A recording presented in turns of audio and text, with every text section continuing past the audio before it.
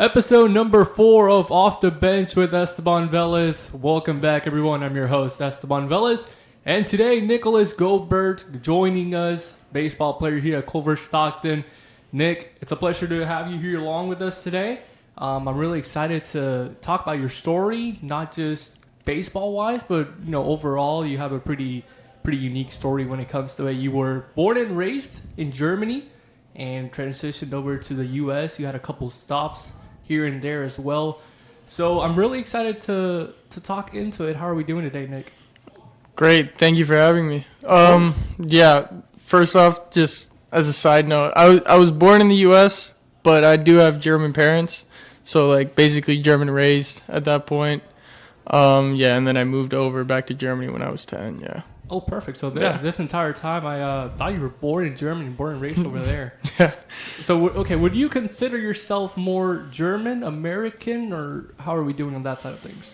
I mean, as being a German player, I embody the being German more because, I grew up playing baseball in Germany. I did play a little bit in the U.S., but for the most part, just going through the national teams, 15U, 18U, under 23s now too, I would definitely consider myself more German at this point.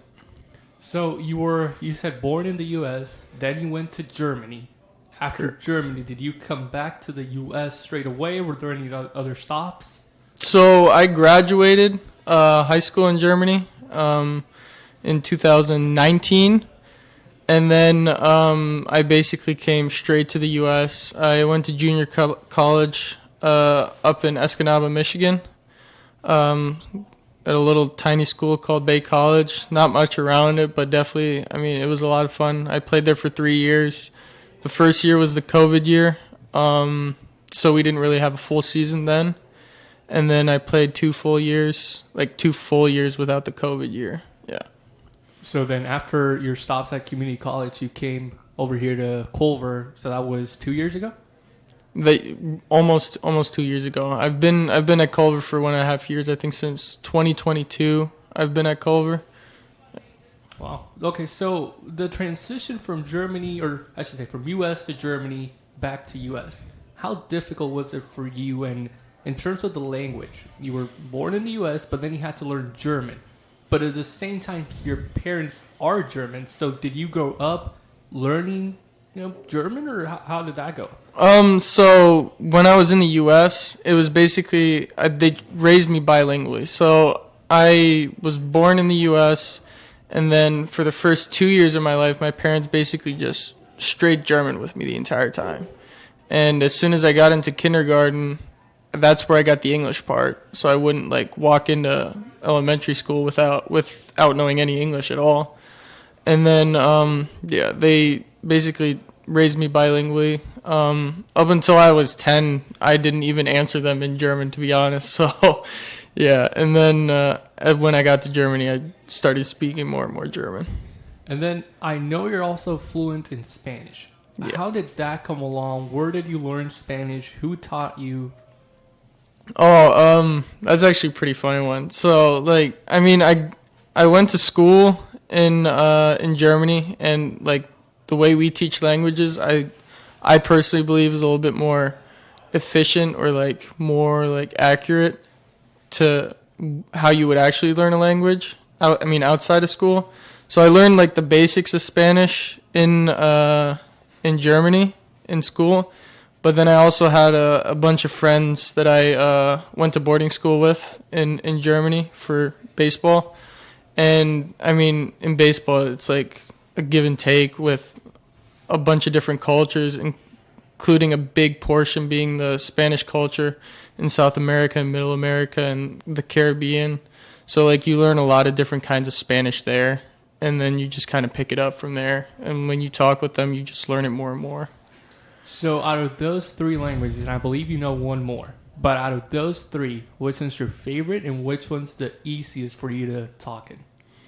I'd definitely say my favorite one is German because I'm more specific, way more accurate with things in German. I can describe things way better in German. The easiest one for me, I mean, I still mess up German grammar, so I wouldn't say German, probably more English. And I can understand like dialects and stuff like that better in English, which I can't as well in German. Like when you go down to Austria, I have a tough time like understanding those people down there because of their dialect in German. Like just really hard for me. So, whenever you were learning your third language, which was Spanish, did you ever get confused, like words in there? Did you ever mix English, German words? Was there ever any confusion at all? There wasn't much of a confusion. I did try and learn Dutch one time, and that started to confuse me a lot because German and English are both very, very similar to Dutch.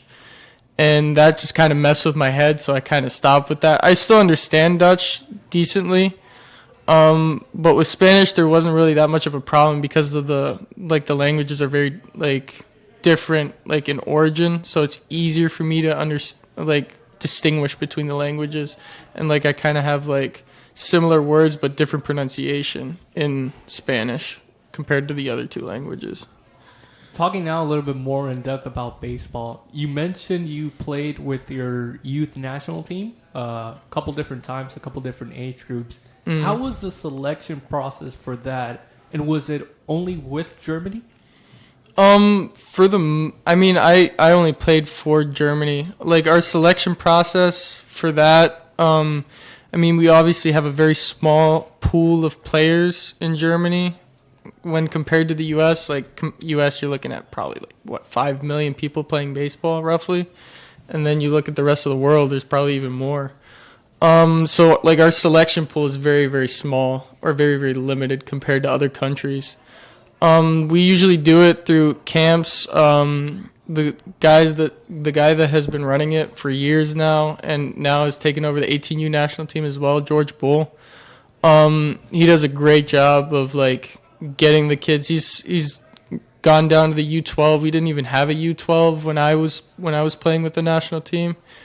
And he kind of reaches down and he like really gets together with them. He travels with them all over the world. I got opportunities that I couldn't have imagined like without German baseball. Like I got to go to all these different places like Taiwan, South Africa, Japan, South Korea, Mexico, like Dominican Republic, you name it. Basically all over in Europe, all over the world, like these baseball hotspots.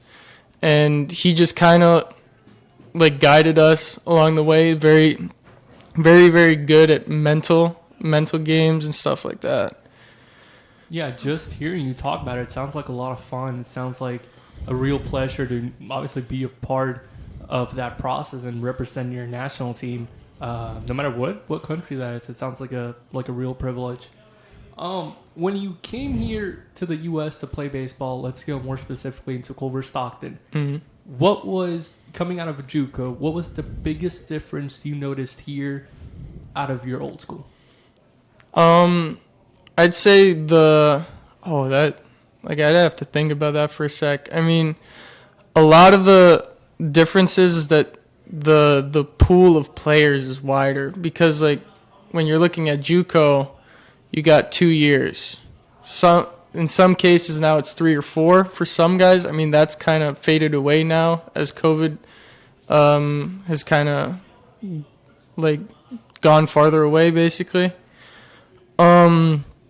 I'd say there's a very large pool of players compared to junior college. I mean, there's definitely talent in JUCO, but there's also like less talented teams where you then all of a sudden you're just faced with the one game you're facing 92-93 and the guy's committed to Troy University, and then the next game you're looking at guys that are probably done with baseball after this or after this time at JUCO. So I'd definitely say like the wider variance of talent at junior college. So for the people who don't know, you are a pitcher. You can do both relieving and be a starter. We saw that last season. You pitched 12 games in total, 2-1 record, 9 relief appearances, and 3 starts. So 2-1 with 3 starts, pretty solid record there. When we look at this season, are you expected to be more of a relief type of guy? Are you going to be a starter? Do you have any idea yet? As of right now, what Coach Brad has put me in the role as is the game 2 starter.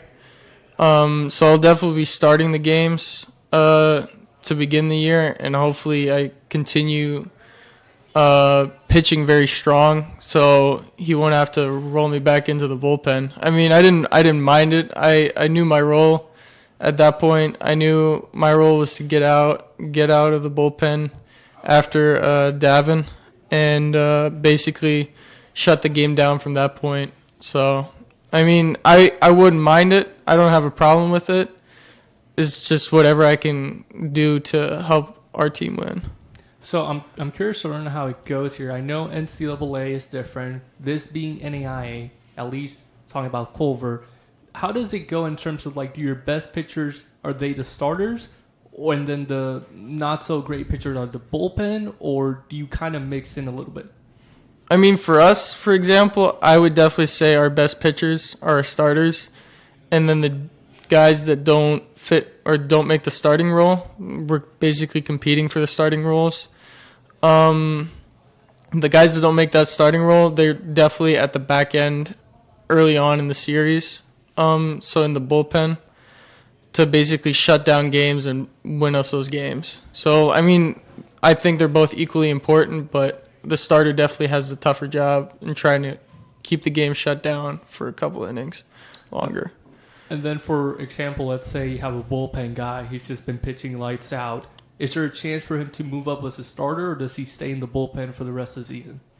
I would say it depends on how the starters are doing. If the starters are doing very, very good, then it's definitely tough to argue taking a starter out and then putting a relief guy in. But if, for example, a starter is struggling like it happened with me, like early on in the year, I was starting game 1, and I struggled quite a bit in the first 3 games. And then Davin had great appearances in relief, and then Davin bumped into that starting spot. So, I mean, it really depends on the situation. But I'd definitely say if the starters are doing well, it's hard to argue or justify taking one of the starters out and then putting one of the bullpen guys in. So I know here as a Wildcat, you've always been a pitcher. Is that what you grew up playing? Did you play any other positions while growing up? Oh, I've 14, 15. At age 14, 15, I played middle infield. Most of the time they threw me at second base because I just apparently wasn't fast enough, or there was always somebody better at or for short. I mean, we had guys like back home at my club team. We had a guy that eventually signed a contract with the Boston Red Sox. So, like, I mean, it's hard to beat that. And he's a year older than me as well.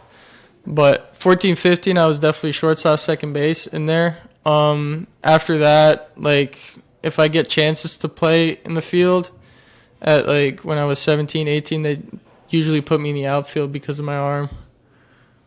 Yeah, I can see you being a second baseman for sure. If they told you right now, you need to go play second for us a couple innings, are you able to do it? Oh, 100%. I mean, I wouldn't look good doing it, but I'd definitely throw my body in front of every ball I could and just find a way to make those plays. I mean, it wouldn't look pretty necessarily, and it'd definitely be tough because I don't remember the last time I saw a ground ball from second base or shortstop, but I would find a way to make it work. So, at what age did you decide that you wanted to go fully into pitching?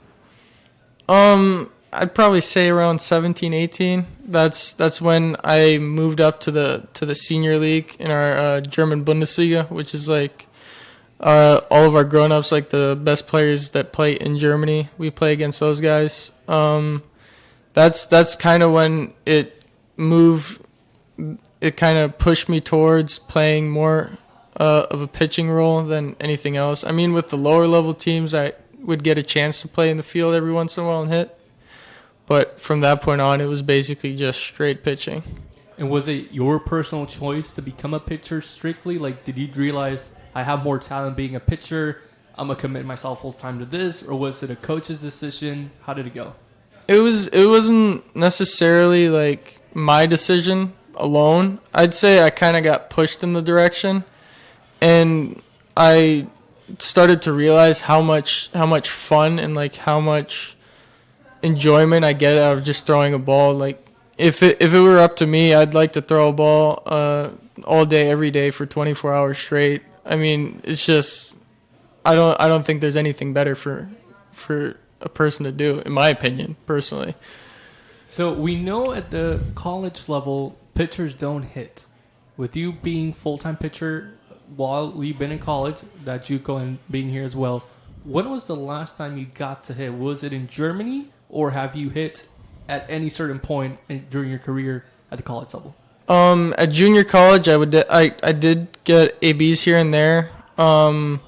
That first year when we played it down in Florida, our spring break, when our season got cut short after COVID, I had a couple ABs. I actually hit 400 down there in like 7, 8, 9 ABs, something like that. But I mean, it wasn't a big sample size. The year after, I think I got one hit the entire season, and then the year after that, I did get one AB my final year JUCO, and I did get a hit. I mean, it got wrote down as a hit.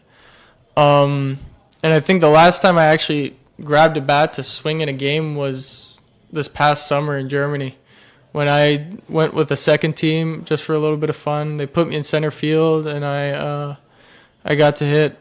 It was a lot of fun, but then after that, like after a while, like it started messing with my mind a little bit, because I mean, you gotta realize that it's super hard. Hitting is super hard at any level, I personally think. And as soon as people start throwing those breaking balls, it just messes with my mind. You say you got to hit a little bit this past summer in Germany. Talk to us about what you do over the summer in terms of preparing for your next season. I know you usually go back to Germany. Do you play over there? Is there a certain team you usually play with? Yeah, so I personally play with Untouchables Paderborn. That's what they're called. They're located in Paderborn, Germany. I played with those guys over the summer, and I mean their season goes from April or end of March, April, until sometime September, early October. I played with those guys over the summer. I got to play at an international tournament with my club team, Untouchables Paderborn, as well. And then we basically drove to Amsterdam and played the Champions League version of baseball in Europe. That was definitely a lot of fun. I mean, we didn't necessarily get the results we wanted, but it was definitely a lot of fun. And then I also got to play with the national team down in Austria with the European Championship under-23s going on down there. And we ended up finishing fourth, I believe, at that tournament. We lost to Great Britain, the game I threw, in the semifinals. And, yeah. For your club team, the one you just mentioned, what's the age gap of players in that team? So for the senior part of so we have different kinds of teams in the club. So it goes anywhere between, like we have peewee, like under, like we have 6-7-year-olds playing, all the way up until grown men. So it's like a fully, from beginning to end type of club. Yeah, and correct. Then what the age that you specifically played on this past summer? I played with the top team, the seniors, and then I played a little bit of second league, which is usually our boarding school, our academy guys, playing in that league, trying to get their reps in and trying to move their way into the top team. So I played with those guys. For the most part, I played with the first team, so the top team in that club. Getting a lot of playing time over there during the summer, do you have any time to do individual workouts? Do you prioritize them at all? For myself, like individual workouts? Yeah, I mean, a lot of the work is individualized at that time, so our coach kind of gives us a leeway of what we're doing outside of practice. So, I mean, I would go into the weight room Monday through Wednesday, and then we play games Saturday, Sunday every week. So, I mean, the weight room time is on my own. That's basically whatever I need to be ready on Saturday, Sunday to throw. And then the other stuff, I mean, like we don't practice necessarily 5 days a week, but we practice 4 times a week. And then I would roll in on Thursdays when we have off days, or Mondays when we have off days, and I'd get my individual work in just for a rhythm purpose for myself, because it's like kind of a thing for me. Just throwing every day is just how I feel best. How does it go in terms of when you go to the gym during that time? Do you have a workout plan from Culver Stockton coaches? Do you have a workout plan from your coaches over there at club? Or is it just whatever you think is best for yourself? It's mostly whatever I think is best for myself. I mean, Culver kind of leaves us on our own over the summer. And then when I go into like that kind of stuff, I mean, my club back home has basically taught me everything I need to know about lifting in the weight room. And then I just kind of took from that what I needed, and then I just kind of went with it. Like, it was just, for the most part, whatever felt best to me, whatever I thought was most productive in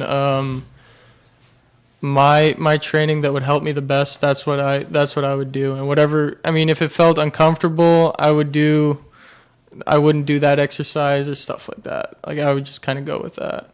I know whenever I played college soccer here at Culver, during the summer, I wish the team would have given us like a workout plan, because I knew stuff I can do on my own, but I preferred being led by someone with more experience and having everything, written down.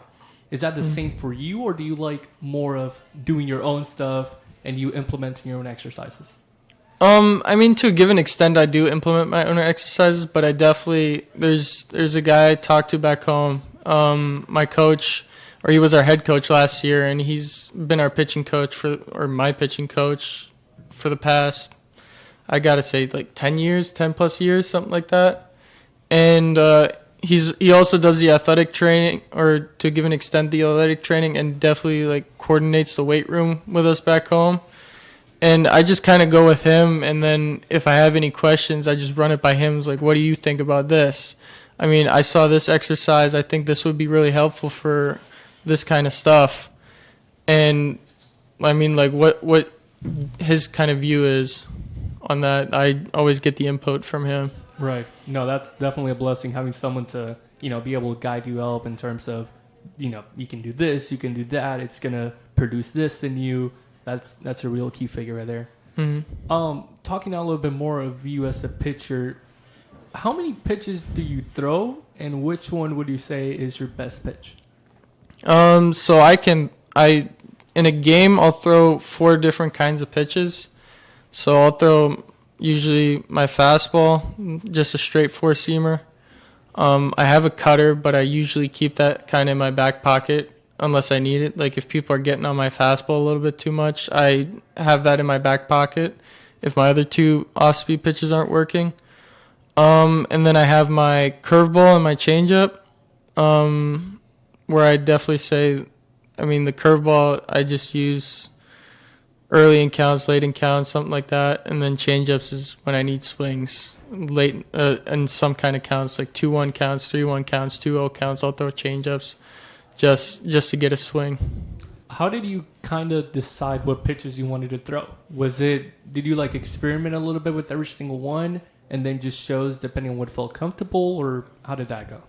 So, I mean, early in my career, it was at age 14, 15, I was a fastball curveball guy. I didn't learn anything else. I didn't have a reason to. I mean, at our level of play back home in Germany, it wasn't like, if you threw a fastball curveball, you were probably one of the better guys in the league or in Germany at that point. And then the changeup I kind of figured out as it went on. I didn't have a very good changeup, and then at age 16, my coach looked at me. He goes, "Hey, why don't you try throwing an 80% fastball with this?" And then I saw the thing dive, and then I had the feel for it ever since. Like, it was just, I can roll out of bed on any given day, no matter if I feel good or bad, and I can throw that. and I will definitely be able to pitch with it at any given time. And then the cutter was just kind of an accident. Like I threw the cutter, or I wouldn't throw cutters on purpose when I was tired. But they just come out, and I was thinking to myself, it's like, if I could throw that on purpose, it'd be like a gold mine for me, because I don't have to put much effort into learning it, because I already kind of know how to throw it. And then that's how that ended up. I mean, early on in my career, I threw a slider as well, but that never really worked out for me. The curveball was always a better pitch than the slider I had. So then it just flip-flopped back and forth between the curveball and the slider. I just stuck with the curveball eventually. For the fastball, what's the max velocity you've been able to hit? I think the max velocity I ever got recorded at was in an inner squad, which was pretty funny. 89.5, I think it was listed at. On average, what is the fastball looking as? So last fall, which was the last time I threw in games, I was 86, 87, topping 88, somewhere in those ranges, sitting right there. Sometimes 85, 86, 87, somewhere around there for the most part. Talking now a little bit about your team here at Culver Stockton, you guys are set to start play pretty soon. However, the weather hasn't been favorable for you guys in terms of practicing so far. How do you guys go about where you practice, with there being a lot of snow outside, a lot of rain lately? It gets dark out quickly. There's no light on the field. How do you guys manage that? For the most part, we just go in the indoor, and we kind of gotta roll with the nature of things. I mean, we don't really get much of an option there, because we can't go outside. I mean, there was a lot of snow there. I mean, we did get to practice outside today.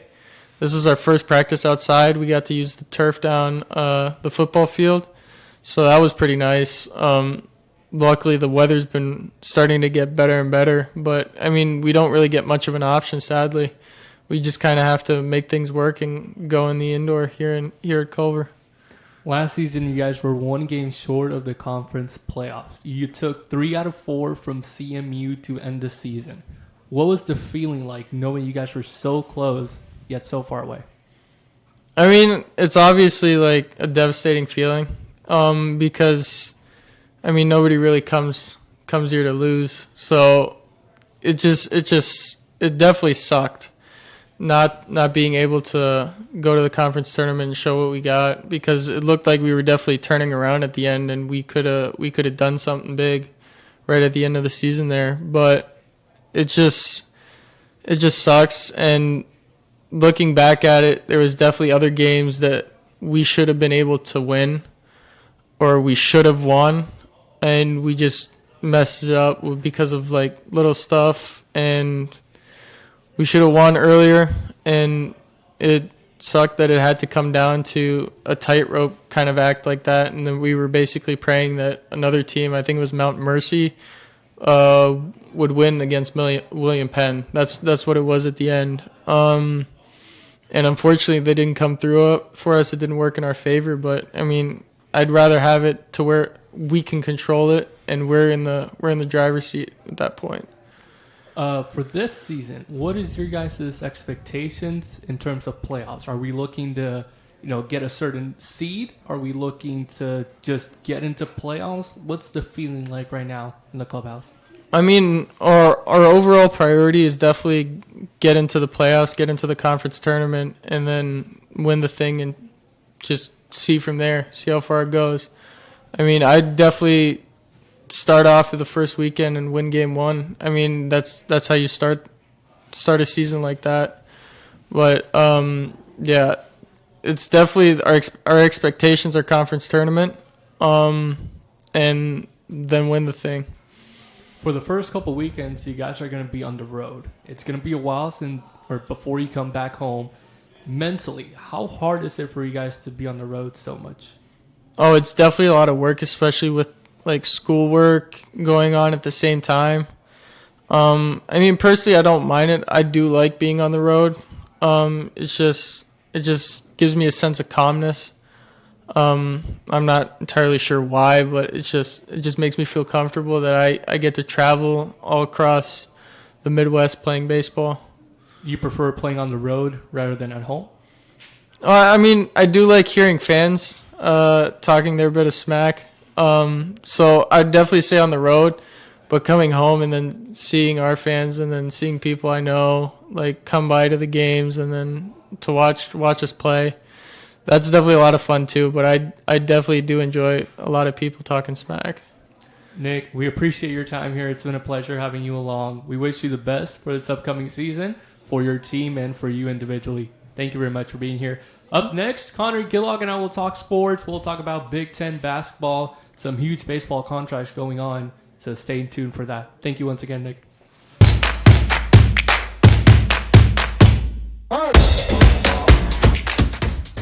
And welcome back, everyone, to the second segment of our show here today. Real Talk with Gilly. I'm going to name this segment Real Talk with Gilly. We have, as Jacob said, the man, the myth, the legend here. What doesn't he do? Connor Gillock, everybody.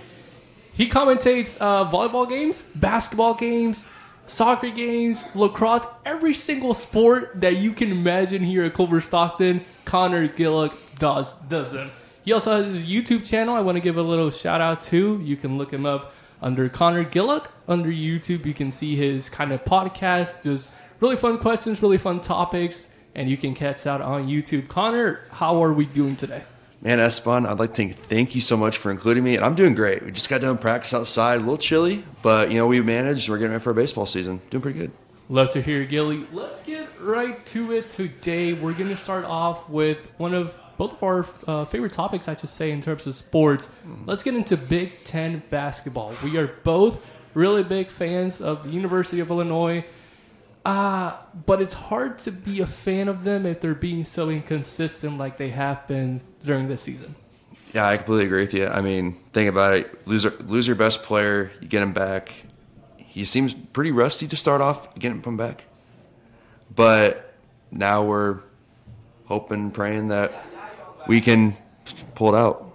Yeah, last game, not their best showing. It was a pretty tough loss in overtime to a pretty good home Northwestern team. It's a big difference when Northwestern's on the road as to when they are at home, and we saw that this Wednesday? Wednesday, yes. Yeah. Last Wednesday against Illinois, overtime win for Northwestern over there. Yeah, 96-91, Northwestern really pulled it out. Kind of surprising.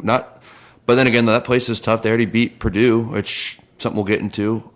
But, yeah, another top 10 team going down in Evanston over there. It's a tough place to win. Yeah, as you said, they beat Purdue at home. However, when Northwestern goes on the road, it's just like a different team. We've seen that from a couple other teams in the Big Ten. And so far this season, we were talking about it earlier, it's been a crazy Big Ten.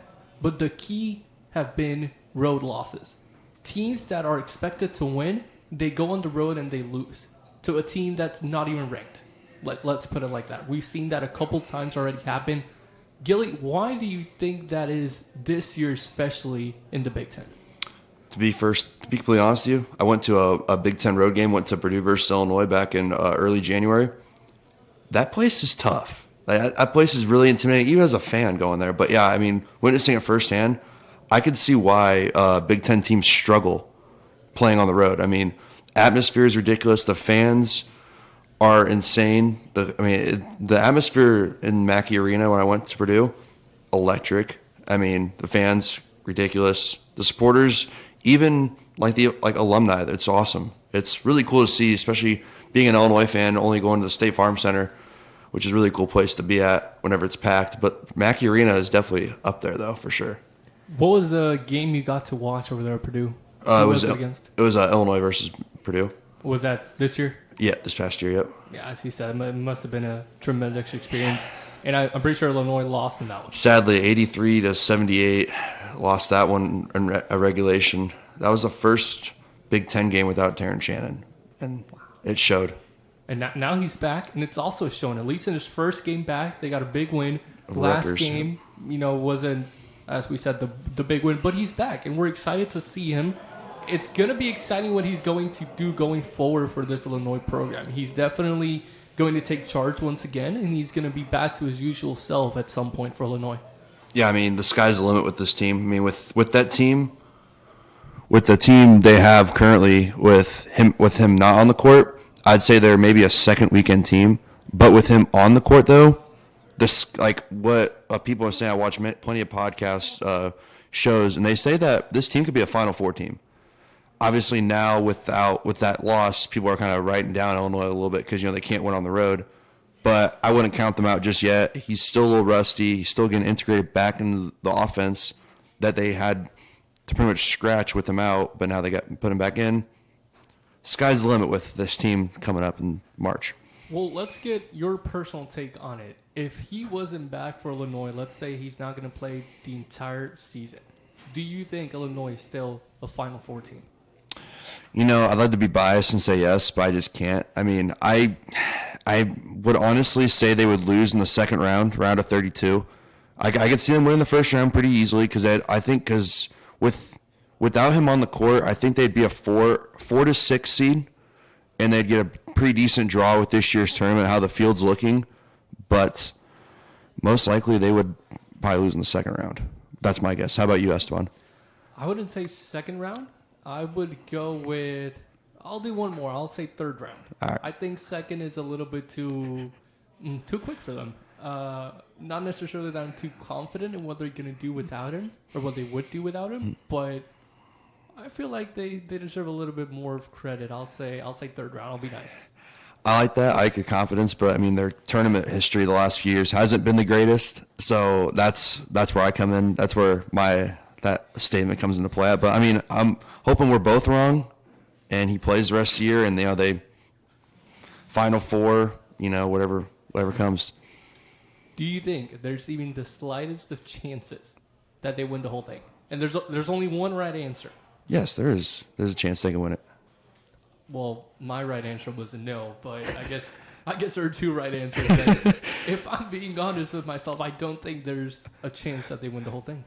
I mean, being an Illinois fan for honestly forever and following the teams, this team is probably Brad Underwood's definitely his best team he's ever put together. I can see that. I still can't see them winning the whole thing, though. Yeah, I have a bet right now with my roommate, so it's tough. I mean, if they don't win, I owe him some money. They make the Final Four. He owes me some money, so it's kind of hand in hand. We'll see how that goes, though. I'm excited, though. How much money is on the line? So, much money's on the line is if they make the Final Four, I get $100 from him. If they don't, I owe him $50. So, okay, either way, it's a big, or not a big, but it's a win for you because you only owe him $50. Yeah. He gives you $100 if we make the Final Four, but it's kind of hard for them to make the Final Four. You also got to play the odds though without it because you have to win. You have to win 4 games to make the Final Four. And in March, tired legs with the long season, your team could have a bad off night, and think about it, you're out of the tournament. We've seen upsets like Purdue. They lost last year to a 16 seed. And then it's March. Anything can happen. It's March. So, okay, let's not get too ahead of ourselves. No, let's go back to conference play in the Big Ten. First of all, is Illinois going to win the Big Ten? And again, there's only one right answer. No. There we go. Yeah, I'm completely honest. Yeah, they're not. After that loss to Northwestern, it's not going to happen. So, who's winning the Big Ten in your eyes? I think it's Purdue. I mean, obviously, Wisconsin's still in first with 1 loss. Purdue's at 2 losses, I believe, at the moment. But I just can't see Purdue not winning it because those teams have to play each other at some point, and it's going to go down to a tiebreaker possibly, and I think it'll go to Purdue. No faith in Wisconsin? I don't know. It just seems like the same Wisconsin team from last year. I know AJ Storr could have been a University of Illinois basketball player, but decided not to go there. But I mean, he's been good for them. Tyler Wall, I think, one of their big guys, has been really good. They got a couple guards, so I mean, it's gonna be tough for them to try to beat the experienced team as Purdue is with Zach Edey, probably gonna win National Player of the Year again. Braden Smith, Fletcher Lawyer in the backcourt. I mean, they got Trey Kaufman-Renn, who's been really solid for them as a sophomore. Lance Jones, lockdown guy, knocked down a 3. I mean, their bench has depth too. I mean, that team's gonna be good. It's gonna be tough to beat them. Yeah, they'll be facing Purdue Sunday, February 4th, and they'll be at home for that one if I'm not mistaken. Yep, they'll be at home. So Wisconsin should get a win. I'm expecting them to get a win at home. However, when they go to Purdue, I can see them losing by 15. I'm curious to see what the spread is. What Ken Palm has and what Vegas has them at the spread for sure. It's gonna be a really good game. Yeah, I'm looking forward to February 4th. I'll definitely have to tune in. Hopefully by then Illinois will be second, maybe. Fingers crossed. Fingers crossed. We hope so. Let's talk here a little bit about baseball now, more specifically MLB. Connor, you're a baseball player yourself here, so you're really knowledgeable with the sport. Love me some baseball. And I bet with the contracts we've seen so far, you've been even more encouraged to make it to the big leagues. Unbelievable contracts here. Let's talk Shohei Ohtani, currently $700 million for 10 years. Of course, he's a two-way player. He's not going to be that two-way player this season, maybe not even next season, but eventually we expect him to return to being a pitcher and a hitter. What are your thoughts on the contract? Is it a valuable and is it a real perspective type of contract for Shohei Ohtani? I mean, that player, Shohei deserves that type of money. I just don't, for me going into this offseason, when I saw that he was not going to pitch, I was like, I don't know why he doesn't sign like a 2 to 3 year contract till he's fully healthy. Then he can sign a big one. But, I mean, Dodgers are willing to pay him. And the thing is, though, he's getting paid $2 million for 10 years, then $2 million per year for 10 years, then $68 million a year for 10 more years. So it's basically a 20-year contract, $700 million. But it's insane. But, yeah, I mean, it's just kind of insane, though, these players are getting paid that type of money. The figures are just unbelievable. When you go to the millions, it's already hard for me in my head to do math. I can't even imagine getting a contract for the millions. Yeah. Today I had a sports finance class. We were doing math in the billions, and I was just so confused. Now just hearing this almost being a $1 billion contract, it just, it's crazy. I just can't even imagine getting that type of deal.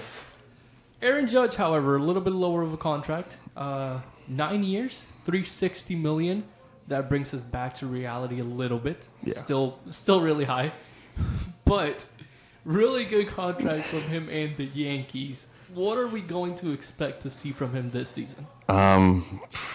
Hopefully a bounce back year for the Yankees entirely. I expect him to possibly go again for the AL MVP. I mean, it's $40 million a year. That's still insane. But the Yankees, I think they'll be good. I mean, they did add some pitching. They did just add Juan Soto to their team. So another bat, that lineup that expecting to hit some balls out of the short porch and right field. But I think Aaron Judge will have another good year. I mean, I think he's going to be in center field this year for them. So big man in the big field. We'll see how he does. Aaron Judge at center field. I did not know that one. It's going to be interesting to see how much ground he can cover. I mean, he's 6'7", so he's definitely got some stride on him, but definitely not the fastest guy out there. Yeah, I can't really picture him playing center field. I mean, I'm excited to see how it goes for him. I'm interested too, for sure. Do you think he ever goes to right field at some point during the season? I believe the reason why there's some current injury right now that's keeping him from playing right field. I'm not for sure, but I can see him definitely playing right field occasionally every now and then. Oh yeah, it's because Jason Dominguez, the 20-year-old. I think he just had Tommy John, so he won't be throwing in the outfield. That's why he got moved to center field. And then, do you know who's going to right field? Probably Juan Soto, I think. Juan Soto or he's going to left field, one of the two. I can see him at right. Yeah, sure. He's got a good arm. He does have a good arm too. We saw that with past teams, Padres, Nationals. Mm-hmm. So the Yankees are making really big moves. The Mets have been kind of quiet this offseason. Yeah, I mean, gotta think about it. The Mets, I think they're still paying Scherzer's contract for this year, if I'm not mistaken, because they just traded him to the Rangers, who just won the World Series. And they're not paying. I don't think they're paying Justin Verlander's contract, but they might be paying part of it. Don't quote me on that, but I know that I don't know why they're being quiet, because they were talking about trade rumors, and signing guys, but nothing has been really done on their part. So I don't know why they're quiet. I think they got tired of spending money and losing, and that might be the big reason why they're quiet this season. I can see it. Their financial advisors, I think, are a little mad at the owner. But he doesn't care. He's going to do anything and everything he can to get a win. and to get a championship ring. However, how long will it take for the Mets to finally get that World Series win? I couldn't tell you. It's definitely not in this decade. It would have to be in the 2030s before they. Wow. I mean, I hate to say it, Mets fans. You guys are in a tough spot. You know, I'm gonna quote you on that one. Not in this decade. I'm gonna make a little poster saying Connor Gillock, Mets are not winning in this decade. Unbelievable. I mean, it is 2024. We're almost halfway over it. So I mean, 6 years. Okay. 6 years, yeah. So 2031, maybe. I guess you want to call it 2031, 2030, whatever. Even then, they still might not be competing. So I'm assuming you're a Yankees fan. I'm a Cardinals fan. You're a Cardinals fan, okay. But between Mets and Yankees, you have to be a Yankees fan. Oh yeah, I'm all Yankees. I think the Yankees will be back in the race for the AL East this year. Last big contract we want to get into today. Bryce Harper with the Phillies, $330 million for 13 years. I got to see him play with the Phillies. I was super excited. He's a really good player, big man. Is the contract worth it though? 13 years. I mean, $330 million. I mean, he signed that back in 2019 when the Nationals, his former team he was on, won the World Series that year. Insane. But I think it's worth it. I mean, he's a great player. Honestly, if he would have signed a contract in today, like say he signed a contract like he was a free agent with Shohei, right? His contract would have been in the $400 million. I mean, he's generational talent. I mean, right now he's not playing the outfield, but he has an absolute cannon of an arm. He's playing first base this year for the Phillies. He did really good over there for them in the later end of the season, the postseason. I'm expecting Bryce Harper to do really good things again. Probably compete for another NL MVP. I mean, he won it 2022, I think it was, won NL MVP. But, I mean, he's a generational talent. I mean, he was on Sports Illustrated at, 16? I mean, got called up, I think, at age 19. Absolute stud of a player. I mean, and the Phillies definitely got more than what they deserved with him, really, when it comes to their money. You know, I don't know why, but it's kind of refreshing seeing him play first base. I like it. It's different. Yeah. I like it. I like it, though, for sure. I don't think he's a gold glove type of player right now at first base, but it's fun seeing him there. He could, though, because, I mean, he's one of those players that will just adapt. I mean, he was a catcher before he was, drafted, and then he went to the outfield. He obviously has come back from Tommy John, so he won't have the greatest arm strength like he did. Maybe he will, maybe he won't. We may see him in the outfield, may not. But first base definitely could be a spot. He could win a Gold Glove. You just don't know. And as he gets older, first base will suit him even better. He's a great hitter. We know that. He's got the power. That bat's not going anywhere. Will he ever be a DH, though? I think maybe in the later end of his career. I mean, obviously his legs may not have the best, but I mean, then again, him still being, I think he's 32, I think, at the moment. So, I mean, he's still got a few years left on the contract. He'll probably play first base maybe the rest of his career, possibly, I think. That would be fun. And now with the DH being implemented in the National League, there's always a chance for him to go to DH if he ever, first base just doesn't work out for him. I mean, they do have a couple prospects in their minor league system that could, I can't say take his job, but, if can fight for it. Worst comes to shove, he's not producing at the first base spot defensively, they could always put him at DH and call up one of their prospects.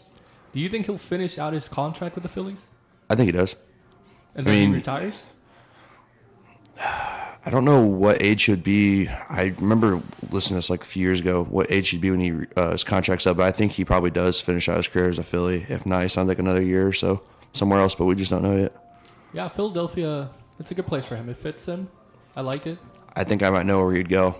Hot take, I think he would finish up his career in Las Vegas when the Athletics move to Las Vegas.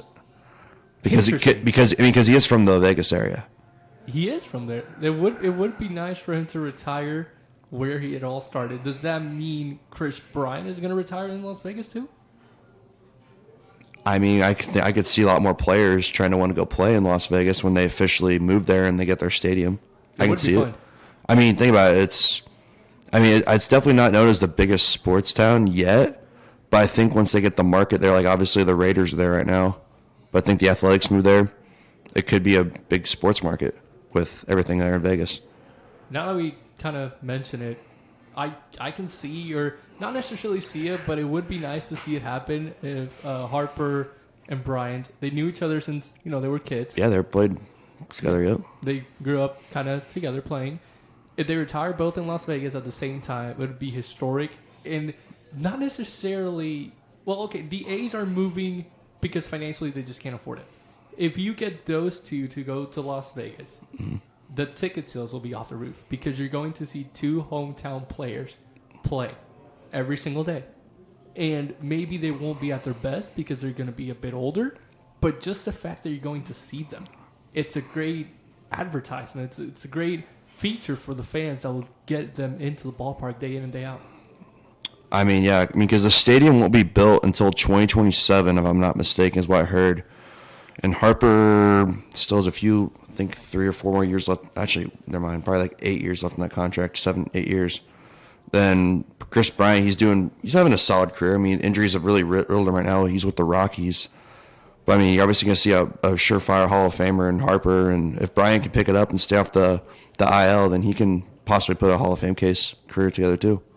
Getting ready to wind things down here. Las Vegas, a big sports city, especially their hockey team. Oh, I forgot about that. Will the baseball team have enough sustainability financially speaking with the football team, the Raiders being there, their hockey team as well? How is that going to work out, do you think?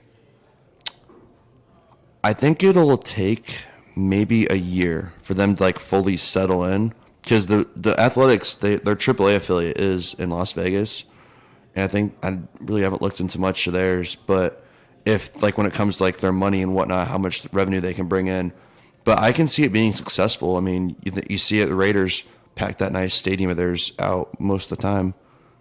I mean, I'm also curious to see what the design is though of what the new Athletic Stadium will be. Oh, it has to be legit. It has to be something major, something that says Las Vegas. Yes, yeah, for sure. It's got to be up to the Las Vegas standard. We're not expecting anything less. Gilly, it's been a pleasure having you along. Thank you so much for joining us. The man, the myth, the legend. Small talk with Gilly, unfortunately for the viewers out there, is over for today. But we'll have you back for another time. Thank you very much for joining us. We wish you the best of luck for the rest of your season. Appreciate it, Esteban. Thanks for having me on. Thank you, guys. Have a good one. We'll see you next time here at Off the Bench with Esteban Velez.